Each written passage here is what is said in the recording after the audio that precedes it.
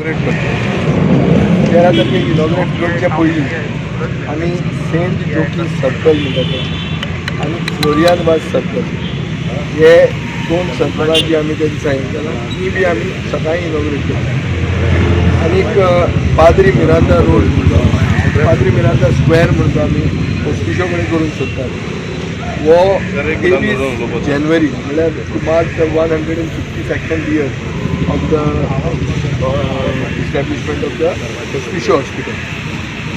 ते 23 जानेवारीक आमी इनॉग्रेट करतात. आतां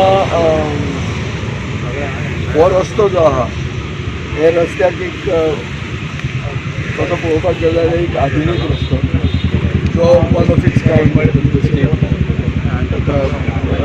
dedicated cables, dedicated ducts, cables for fiber optic, for sewerage, water.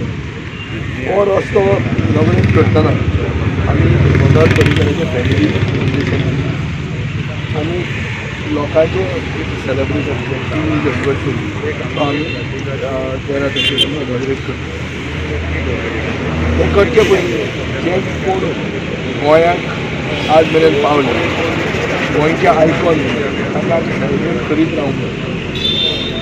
Freedom फायटरांचेर आनीक मार्ग संस्थेचेर असो एक डिमांड आशिल्लो की लोलया मैदान रिनोवेट करून ताजो प्लॅन करून आमी धाडला 2-3 टेंडर जाल्लो आहा but is coming back for no fund.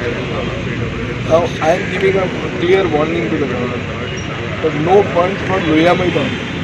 The same Ram Manohar Lohia who was the catalyst behind Goa's liberation. And this is the biggest insult to Ram Manohar. By 19 December the government should clear it. Otherwise people will come to know where they hold Ram Manohar Lohia. Today the governor of the state has made a reference yesterday to Ram Manohar Lohia. Many socialists are ruling the roost in the country. Ram Manohar Lohia gave the clarion call which resulted in Goa's liberation. ताजे नांवान जें कितें आमी करूंक सोदता सरकार म्हणटा ताजे फायनान्स डिपार्टमेंटान येता की पयशे ना. हे पयशे ना जे आमी आयकून घेवचे ना. 19 डिसेंबर मेरेन जर हें जायना जाल्यार we will have to look at some other way.